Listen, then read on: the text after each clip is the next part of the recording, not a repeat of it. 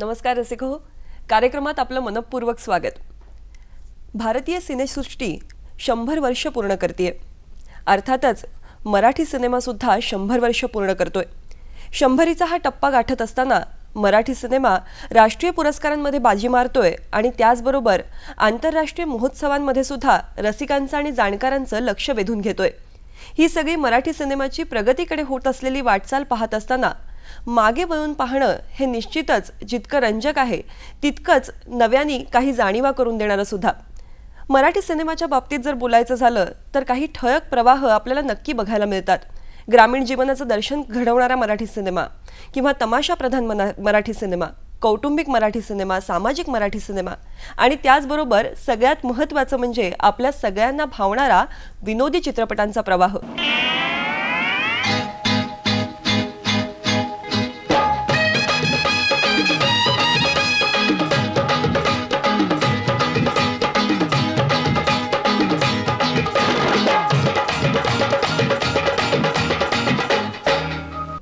आज याच विषयावरती म्हणजेच विनोदी चित्रपटांविषयी अधिक आपल्याला जाणून घेण्यासाठी त्याचे विविध कंगोरे समजून घेण्यासाठी आपल्याबरोबर आहेत ज्येष्ठ चित्रकर्मी अमोल पालेकर आणि त्यांच्यासोबतच संध्या गोखले। दोघांचंही कार्यक्रमात मनपूर्वक स्वागत। नमस्कार। नमस्कार। मराठी चित्रपटातला विनोद असं म्हटलं की सर मला सुरुवातीलाच तुम्हाला विचारायला आवडेल की पहिलं कुठलं नाव तुमच्या डोळ्यासमोर येतं? मास्टर विनायक। मराठी चित्रपटाला एक खूप छान घरंदाज आणि तरीही नर्म विनोद म्हणजे ज्याला आपण अंडरस्टेटेड म्हणतो अशा पद्धतीचा विनोद हा मास्टर विनायकांनी दिला। आणि मास्टर विनायकांनी मराठी चित्रपटामध्ये सुद्धा एक पटकन वेगळा ठसा उमटवला जो राष्ट्रीय स्तरावर जर आपण बघितलं त्यावेळचे बाकीचे चित्रपट तर त्याच्यातही असं दिसतं की हा एक खूप वेगळा बाज घेऊन आलेला मराठी चित्रपट होता। म्हणजे ब्रह्मचारी सारखा चित्रपट। नक्कीच त्याच्यापासून पुढे ही वाटचाल जी सुरू झाली ती पु ल देशपांडे, त्याच्यानंतर राजा गोसावी, हे सगळे दिग्गज ह्यांनी मराठी चित्रपटाला इतका सुंदर मराठी विनोदाला एक स्वतःचं स्थान मिळवून दिलं। मला वाटतं सर जशी संगीतामध्ये घराणी असतात तशी ही विनोदातली घराणी आहेत असं म्हटलं तर चालेल का? अगदी अगदी। या प्रत्येक व्यक्तीनी या प्रत्येक इतक्या समर्थपणे आपापलं घराणं असं प्रस्थापित केलं असं म्हणायला हरकत नाही। आणि ह्या प्रत्येकानी मराठी विनोदी चित्रपटाला एक आणखी 2-2 पावलं 3-3 पावलं असं पुढे नेत राहिले। नक्कीच। आणि पुलंचा तुम्ही उल्लेख केलात तर पु ल देशपांडेंचं साहित्य ही खरंच आपल्याला मिळालेली एक ठेव आहे आणि त्यातही त्यांचा चित्रपटाच्या माध्यमाकडे बघण्याचा त्यांचा जो दृष्टिकोन होता आणि त्यांनी दिलेले सिनेमे काय सांगायला आवडेल तुम्हाला? गुळाचा गणपती सारखा जर चित्रपट आपण बघितला तर गुळाचा गणपतीमध्ये पुलंची प्रमुख भूमिका पासून ते सगळंच म्हणजे सबकुछ पुलं असं इतकं सहजी आणि समर्थपणे पेलणारा माणूस मिळणं कठीण ना। बरोबर। आणि त्यांनी हे सगळं मराठी विनोदाला एक नवीन दालन उघडून दिलं। पुढे राजा गोसावी आले। राजा गोसावी मला नेहमी असं वाटत राहिलं की राजा गोसावींनी जो इतका सुंदर अंडरस्टेटेड काहीही कुठे अंगविक्षेप न करता, काही अश्लील हावभाव न करता, काही न करता, कुचाळक्या न करता, म्हणजे विनोद करण्यासाठी आपण जे जे काही प्रकार नॉर्मली करत असतो त्यापैकी काही न करता एक अत्यंत सुंदर सहज सुंदर असा विनोद हा इतका छान आणि प्रभावी पद्धतीने आपल्यापर्यंत आणला की केवळ म्हणजे त्यामुळे मराठी चित्रपटाची एक वेगळी ओळख ही भारतीय चित्रपटाला मिळत राहिली। निश्चितपणे। संध्याताई मला तुम्हाला विचारायला आवडेल की तुम्ही चित्रपटाच्या विविध अंगांशी संबंधित आहात पण स्वतः एक लेखिका असल्यामुळे तुम्हाला या विनोदी चित्रपटांकडे कसं बघावं असं वाटतं लेखिकेच्या नजरेतून? विनोदी लिखाण करणं फारच अवघड आहे। म्हणजे इंटेन्स सिनेमा लिहिणं किंवा एक गहन विषयावरती काहीतरी लिहिणं हे बऱ्यापैकी सोपं असतं असं मला वाटतं। पण विनोद करताना त्याचा एक पोत स्वतःसाठी नक्की करून आणि कुठल्याही प्रकारचा सवंग विनोद न आणता त्याच्यामध्ये एक छान डिग्निफाईड विनोद आणि जो सतत हसत खेळत ठेवेल असा विनोद लिहिणं हे फार अवघड आहे. आणि आत्ता मी नुकता जो सिनेमा केला, आम्ही वी आर ऑन होऊन जाऊ द्या नावाचा एक सिनेमा आमचा आता येईल, त्याच्या निमित्ताने मी जे विनोदी लिखाण केलं ते माझं पहिलं विनोदी लिखाण आहे. आणि तेव्हा मला ते जास्त म्हणजे कळलं की हे किती अवघड आहे. हे अक्षरशः शिवधनुष्य पेलण्याची स्थिती आहे. कारण त्यामुळे मला एक शहरी विनोद, म्हणजे आपण जर मराठी सिनेमातला विनोद जर बघितला तर एक शहरी प्रेक्षकाला भावणारा विनोद. आणि दादा कोंडकेंनी जी ते पुन्हा एक विनोदाचं एक स्वतंत्र घराणं आणि अत्यंत मोठं असं ग्रेट योगदान आहे त्यांचं, की ग्रामीण जनतेला सुद्धा म्हणजे सामावून घेणारा जो विनोद आहे. आणि लोककलेच्या माध्यमातून किंवा तो जो जगण्यातला जो एक सुंदर आनंद घेतानाचे जे विनोदी क्षण आहेत, पकडायला पाहिजेत ते आपण पकडले जात नाहीत आपल्याकडनं, ते पकडण्याचा कुठेतरी त्यांनी प्रयत्न केला असं मला वाटतं. आणि तो एक it became a mass appeal त्यांना मिळालं. ते फार अवघड आहे लिहिणं. खरंच. तुम्हाला दादा कोंडकेंच्या सिनेमाविषयी काय सांगायला आवडेल? दादा कोंडक्यांनी एक म्हणजे आपण जर ही सगळी घराणी म्हटली तर त्या घराण्यातला हा महामेरू म्हणायला हरकत नाही. म्हणजे खऱ्या अर्थाने दादानी एक स्वतःची परंपरा सुरू केली. आणि इतकी की हिंदी चित्रपटसृष्टीला सुद्धा मराठी चित्रपटांकडे एक असं थोडंसं कमी दर्जाचा चित्रपट असं म्हणून जी बघायची सवय होती ती दादा कोंडक्यांनी सगळ्याच पद्धतीत सगळ्या लेवलवर, म्हणजे धंदा तुम्ही म्हणता एवढा धंदा मराठी चित्रपट करू शकतो. सलग 9 सिल्वर जुबली चित्रपट. ही जाण हिंदी चित्रपटसृष्टीला आणि सगळ्याच इतर भारतीय चित्रपटसृष्टीला दादा कोंडकेंनी करून दिली. आणि संध्या म्हणाली तसं की एक लोककलेचा बाज घेऊन आणि साध्या सरळ ग्रामीण जनतेला सुद्धा आवडेल, शहरी जनतेलाही आवडेल अशा पद्धतीचा विनोद हा करणं महाकठीण. आणि जे दादानी इतक्या सहजी करून दाखवलं, काय फक्त सलामच करायला पाहिजे. नाही, अगदीच खरंय. आणि हा जो सिनेमा म्हणजे आता संध्याताई म्हणाल्या किंवा तुम्हीही म्हणालात की विनोद करण्यासाठी, एक चांगला विनोद करण्यासाठी खरंच काय गोष्टी गरजेच्या आहेत असं तुम्हाला वाटतं? म्हणजे काय केलं जातं हे तुम्ही सांगितलं की सर्वसामान्यपणे आजकाल आपल्याला बघायला मिळतं की शब्दच्छल म्हणा, अंगविक्षेप म्हणा, यावरती भर जास्त असतो. तुमच्या दृष्टीने छान उत्तम विनोदाची काय व्याख्या कराल तुम्ही? उत्तम विनोदाची व्याख्या मला असं वाटतं की आपल्या रोजच्या आयुष्यातल्या ज्या साध्या साध्या घटना असतात त्या घटनामध्ये एक कुठेतरी पटकन आपल्याला हसू येईल असा विनोद शोधणं हा खूप कठीण असतो. म्हणजे बासू चॅटर्जींनी जे हिंदी चित्रपटात केलं अगदी ते जर आपण बघितलं, म्हणजे तुमच्या सिनेमाने मला वाटतं गोलमाल सारखा सिनेमा असेल किंवा सगळेच त्या काळातले सिनेमे. गोलमाल हा मला वाटतं की खूप नंतर झाला आणि गोलमालची एक त्याचं वेगळं स्थान आहे.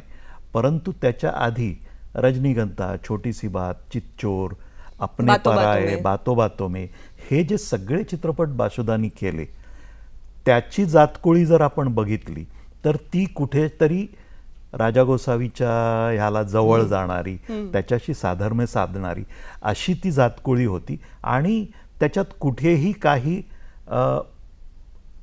शाउटिंग फ्रॉम द टॉप आपण ज्याला म्हणतो, खूप जोराने ओरडून सांगायची काही गरज नाही, आरडाओरडा करायची गरज नाही, अशा पद्धतीचा साधा सरळ अगदी म्हणजे आपल्या रोजच्या आयुष्यात घडू शकणारा किंवा आपल्याला माहीत असणारा अशी कॅरेक्टर्स, अशा सिच्युएशन्स आणि त्याच्यातून जो काही छोटासा विनोद तयार होतो त्याच्यातून आपल्याला खुदू हसू येतं. आपण मोठ्याने कदाचित हसणार नाही आणि मग ते होता होता होता होता आपल्या असं लक्षात येतं की अरे हा माणूस जे काय सांगतोय, म्हणजे बासुदांचं मला एक नेहमी असं छान कौतुक, हा शब्द छोट्या माणसांनी मोठ्याबद्दल बोलू नये पण खरोखर अप्रूप वाटत राहतं ते असं की तो माणूस बेसिकली कार्टुनिस्ट होता.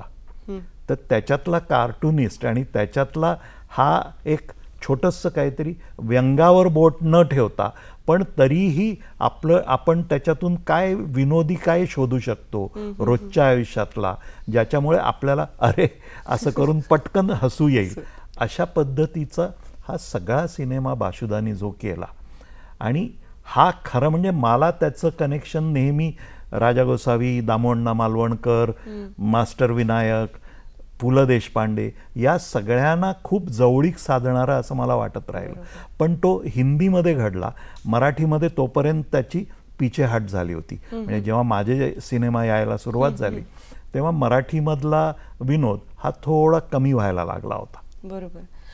अर्थात मराठीची ही सगळी वाटचाल बघत असताना लक्ष्मीकांत बेर्डे आणि अशोक सराफ ही दोन नावं तर घेतल्याशिवाय पर्यायच नाही. आणि सचिन पिळगावकर, महेश कोठारे या सगळ्या ही एक खूप छान फळी आपल्याला मिळाली की ज्यांनी चित्रपटांची लोकप्रियता आणि चित्रपटातला विनोद या दोन्ही गोष्टी खूप कायम ठेवल्या. इनफॅक्ट या सगळ्या मंडळींनी म्हणजे सचिन पासून सुरुवात करून लक्षा, अशोक सराफ सगळे लोक यांनी विनोदाच्या द्वारे मराठी प्रेक्षकाला पुन्हा चित्रपटाकडे वळवलं.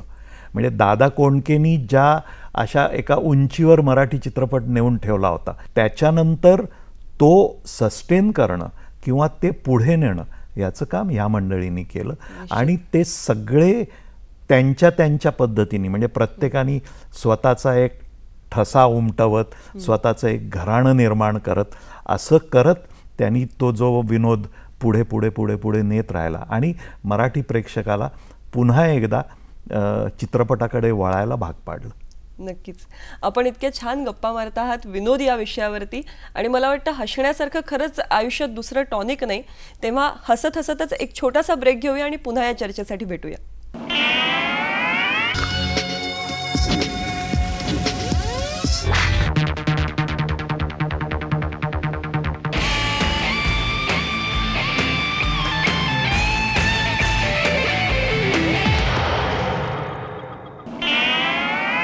ब्रेक नंतर पुन्हा एकदा आपणा सगळ्यांचं स्वागत.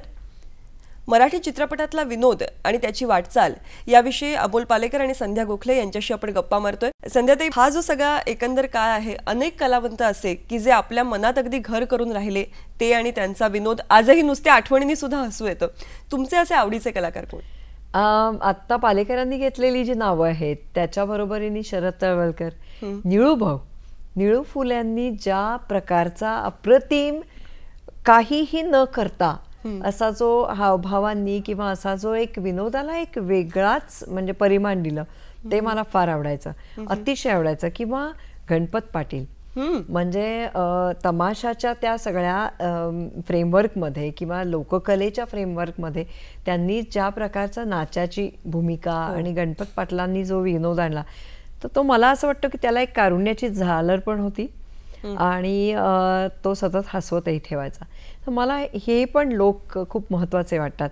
आणि ऑफकोर्स आताची लोक म्हणजे मकरंद नासपुरे, आम्ही अलीकडेच त्यांच्याबरोबर काम केलं. अतिशय टॅलेंटेड, लोकप्रियता तो सुपरस्टारच आहे आताचा, पण फारच अप्रतिम काम करतो. किंवा अगदी अलीकडची मुलं जी आहेत, पुष्कर श्रोत्री, आनंद इंगळे आहे किंवा उपेंद्र लिमये आहे, समीर चौगुले आहे किंवा संदीप पाठक आहे, सिद्धार्थ जाधव, अशी जी सगळी माणसं आहेत ती पण मला असं वाटतं त्यांच्या पद्धतीने जो विनोद वेगळा घडवत आहेत.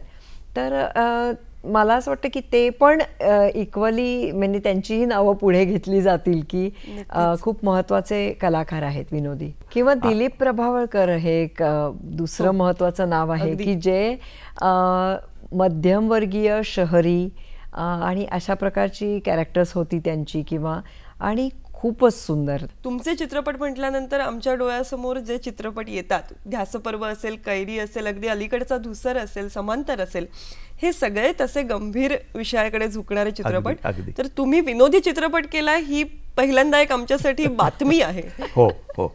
मला आजही वारंवार आणि सातत्याने जो प्रश्न विचारला जातो तो हाच की हे छान आहे सगळं, आम्हाला खूप आवडतं, पण तुम्ही तसा गोलमाल, छोटीसी बात या धाटणीचा एखादा हलका फुलका चित्रपट का करत नाही, हा प्रश्न हमखास विचारला जातो. गेले 2-2.5 वर्ष माझ्या डोक्यात एक कल्पना होती, त्याच्यावर मी काम करायला सुरुवात केली. अनेक लेखकांना त्याच्यात इन्व्हॉल्व करायचा प्रयत्न केला, पण काही कुठे जमत नव्हतं, भट्टी जमत नव्हती म्हणायला पाहिजे. तर म्हणून मग शेवटी मी संध्याला शरण गेलो आणि संध्याला म्हटलं की बाबा तू बघ, नाहीतर मला हे बंद करून ठेवायला पाहिजे.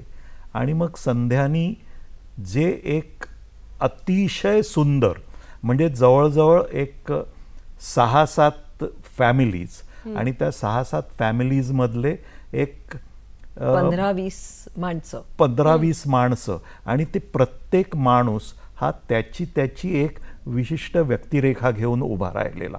म्हणजे त्याचे खूप छान वेगळे कंगोरे, म्हणजे ज्याला आपण इडिओसिंक्रसी म्हणू. म्हणजे जसं गोलमालमधला उत्पल दत्त साधा माणूस आहे, पण त्याची एक काहीतरी किंक आहे आणि तो ते विचार घेऊन उभा असतो. या पद्धतीची जवळजवळ 20-22 कॅरेक्टर्स संध्यानी ज्या ताकदीने उभी केली, म्हटलं येस दिस इज करेक्ट. संध्याताईंनी साकारलेल्या इतक्या व्यक्तिरेखा पडद्यावरती येणार म्हणजे निश्चितच तितके विनोदवीर आम्हाला या सिनेमात पाहायला मिळतील. अगदी जवळजवळ 2 डझन म्हणायला हरकत नाही. बापरे. आणि अगदी सिनियर मोस्ट अशोक सराफ पासून ते दिलीप प्रभावळकर, मकरंद अनासपुरे पासून आजच्या पिढीतले सगळे, आनंद इंगळे, पुष्कर श्रोत्री, म्हणजे नावं. आणि या सगळ्यांच्या बरोबरीने तेवढ्याच त्यांना साथ द्यायला वंदना गुप्ते, असे निवेदिता सगळे, सराफ, आतिशा नाईक, सुहासिनी परांजपे, सगळ्या म्हणजे स्त्री शक्ती पण तगडी आहे. अगदी अगदी अगदी अगदी हे सगळे म्हणजे तगडी किती आहे तुला सांगतो. ह्या शूटिंगच्या वेळेला मला पहिल्यांदा हा अनुभव माझ्या इतक्या वर्षाच्या कारकिर्दीमध्ये आला की शूटिंग चालू असताना कॅमेरा हल्ला, कारण कॅमेरामन तिकडे त्याला हसू आवरेना म्हणून कॅमेरा हल्ला म्हणून शॉर्ट कट करायला लागणं, हे माझ्या याच्यात ह्या चित्रपटात पहिल्यांदा घडलं. क्या बात आहे. मला वाटतं संध्याताई ही तुमच्या लिखाणाला मिळालेली दाद आहे. आणि असं बायकांविषयी म्हटलं जातं की बायकांना विनोद कळत नाही, पण इथे एक बाई संहिता लिहिते आणि त्याच्यावरती इतके विनोदवीर सादरीकरण करतायत आणि अशा पद्धतीचा जेव्हा तुम्हाला शूटिंग करत असतानाच रिस्पॉन्स मिळतो, तुम्हाला काय वाटतं, किती समाधान आहे या सिनेमाविषयी? आधी मला वाटलं होतं की मला लिहिता येईल की नाही, कारण माझा बाज तसा गंभीर लिखाण करण्याकडे माझा ओढा आहे. पण जेव्हा मी हे आव्हान म्हणून स्वीकारलं खरं तर की येतंय का बघूयात म्हणून, आणि वाचल्यानंतर पटकथा ह्या सगळ्या लोकांना, मकरंद अनासपुरे यांनी मला एक खरंच खूप छान प्रतिक्रिया मला दिली की जी माझ्यासाठी खूप मोलाची आहे. ते म्हणले युजली आमच्याकडे सांगतात की तुम्ही कॉमेडियन आहात आणि म्हणून आम्ही तुम्हाला कॉमेडी आर्टिस्ट म्हणून घेतलेलं आहे, तर काय बघा तुम्हीच करा, काय करायचं ते. हां, तर फार कमी वेळा असं होतं की आमच्या हातात विनोदी पटकथा मिळते, विनोदी संवाद मिळतात. तर मला वाटतं की मी प्रयत्न केला आहे माझ्याकडनं लिखाणाचा, पण ही माणसं इतकी ग्रेट आहेत, हे ॲक्टर्स एवढे थोर आहेत की नुसतं लिखाण, नुसता संवाद हा एक फ्लॅट असतो, म्हणजे कागदावरचा प्रयास असतो, पण ते जेव्हा तुम्ही 3D मध्ये ॲक्टिंगच्या स्वरूपात तुम्ही जेव्हा आणता तेव्हा अतिशय समर्थ आहेत. म्हणजे अगदी साधी, आता उदाहरणार्थ सांगायचं झालं तर दिलीप प्रभावळकर यांचे एक कॅरेक्टर आहे, मध्यमवर्गीय माणूस आहे, तो पिचलेला असा माणूस आहे, 6-7 छान कुटुंबातली माणसं आहेत, अतिशय सुखी आहे. पण तो जो नुसता चालत येतो ना, म्हणजे एक मुळ्याची हातामध्ये अशी गड्डी अशी असते, मग येणारा इस्त्रीवाला त्याच्या हातात देतो, साब जरा ये ऊपर लेके जाओ ना, तर तो घेऊन येतो. किंवा हे जे सगळं ॲक्टिंगचे पोत जे आहेत ते हे त्यांचे स्वतःचे आहेत. म्हणजे त्यामुळे मला असं वाटतं की नुसतं लिखाण असूनही नाही, परंतु या कलाकारांनी फार अप्रतिम काम केलं आहे. या चित्रपटातली विनोदाची बाजू तर इतकी महत्त्वपूर्ण आहेच, पण त्याचबरोबर आपला चित्रपट म्हटला की संगीत हेही येतं आणि अनेकदा तर चित्रपटाआधी संगीत प्रेक्षकांना भेटतं. तर या चित्रपटाच्या संगीताविषयी काय सांगाल?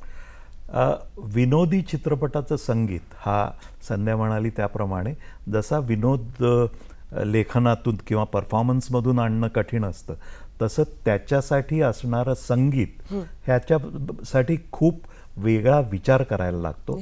आणि या चित्रपटामध्ये अविनाश विश्वजित यांनी केवळ भन्नाट म्हणू असं संगीत दिलेलं आहे. म्हणजे गाणं हा एक भाग झाला, परंतु त्याचं पार्श्वसंगीत जे आहे, म्हणजे इतकी सगळी कॅरेक्टर्स आहेत, त्या सगळ्या कॅरेक्टर्स, प्रत्येक कॅरेक्टरला त्याची एक थीम असं घेऊन, म्हणजे जे आपल्याला हळूहळू हळूहळू ते काही पार्श्वसंगीत काही असं पुढे कधी येत नाही, परंतु ते त्या वातावरण निर्मिती करणं, त्या कॅरेक्टरच्या अनुषंगाने जेव्हा ते थीम डेव्हलप होत जाते, वाढत जाते आणि मग सगळ्याचा शेवटी एक मिलाप होतो.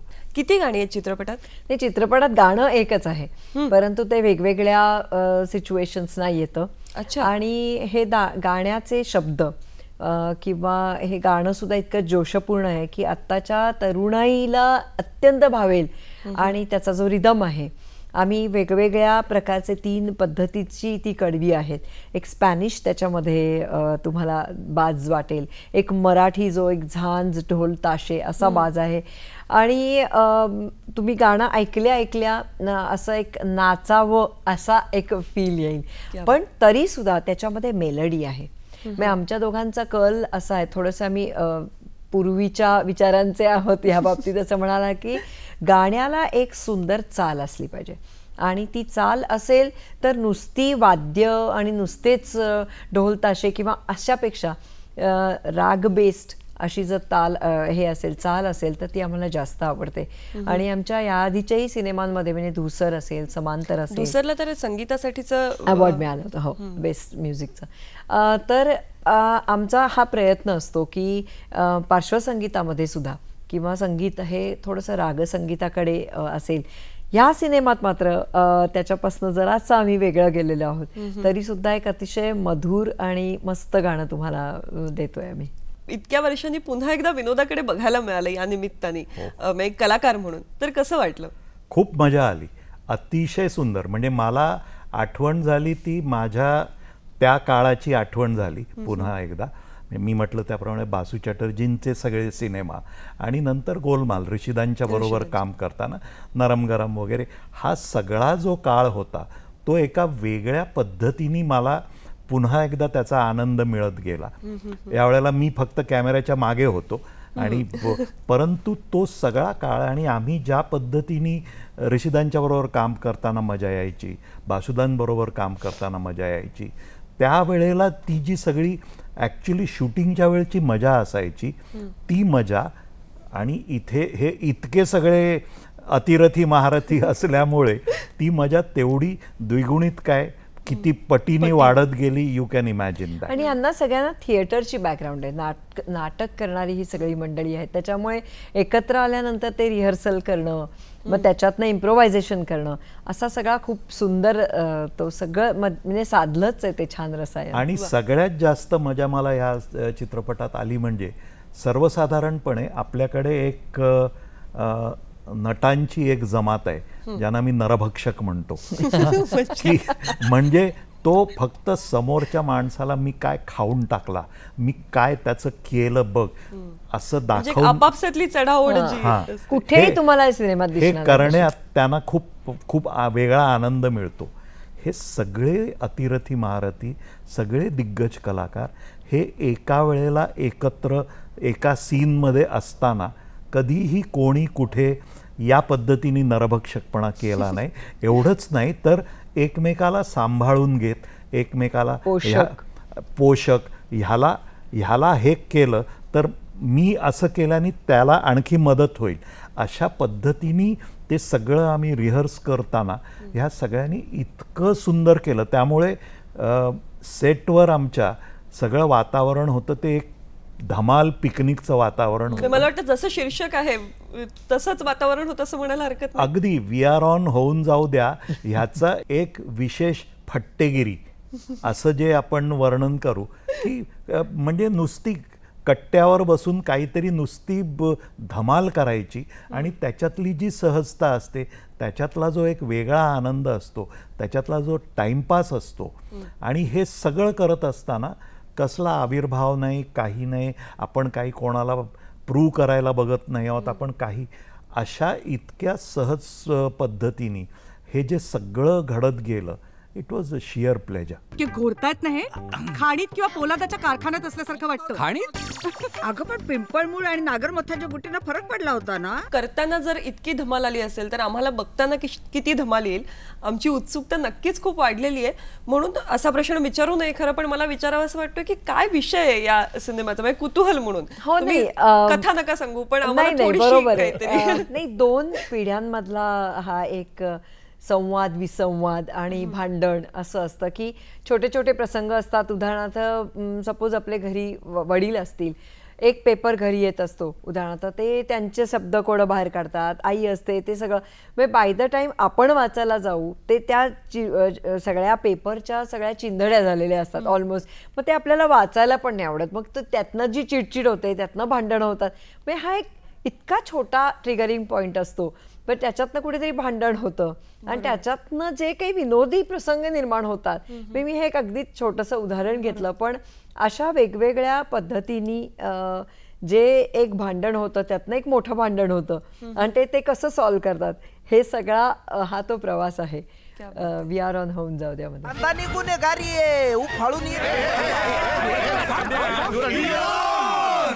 तुम्ही जसं म्हणालात की हा 2 पिढ्यांमधला संवाद विसंवाद याच्यावरती बेतलेला सिनेमा आहे, तर सध्या इतक्या झपाट्याने आपलं आयुष्य बदलतंय, त्याविषयी भाष्य करावं या विचारातून हा सिनेमा आला का? नाही, भाष्य वगैरे नाही. मी म्हटलं त्याप्रमाणे हा एक निखळ विनोदी आणि विशेष फट्टेगिरी करणारा असा हा चित्रपट बनवायचा, अशाच कल्पनेतून हा चित्रपट बनवला. आता ते बनवत असताना त्याच्यामध्ये काही भाष्य, संध्या म्हणाली तसं, त्याच्यावर एक हळूच काहीतरी एक बोचक किंवा शीर्षकामधूनच तुम्हाला कळेल. म्हणजे वी आर ऑन हे आत्ताच्या इंग्रजी जास्त वापरणाऱ्या नवीन पिढीचं एक, आणि होऊन जाऊ द्या हे एक मोठी माणसाचं, त्या शीर्षकापासूनच आम्ही हा कुठेतरी एक तोल राखत गेलेलो आहोत. आणि जे तुम्हाला वाटेल की बाबा हे आपल्याही घरात घडतं किंवा घडू शकतं, अशा प्रकारचा विनोद तुम्हाला बघायला मिळेल तिथे. वी आर ऑन होऊन जाऊ द्या या सिनेमाविषयी कुतूहल तर खूप आहे मनामध्ये, उत्सुकता खूप जागी झालेली आहे आणि माझी खात्री आहे की प्रेक्षकगृहामध्ये पण इतकीच धमाल होईल, जितकी तुम्हाला सिनेमा शूट करताना जितकी मजा आली तितकीच मजा आम्ही प्रेक्षकही अनुभवू. तुमच्या या सिनेमासाठी आणि पुढच्या वाटचालीसाठी सह्याद्री वाहिनीकडून मनपूर्वक शुभेच्छा. नमस्कार.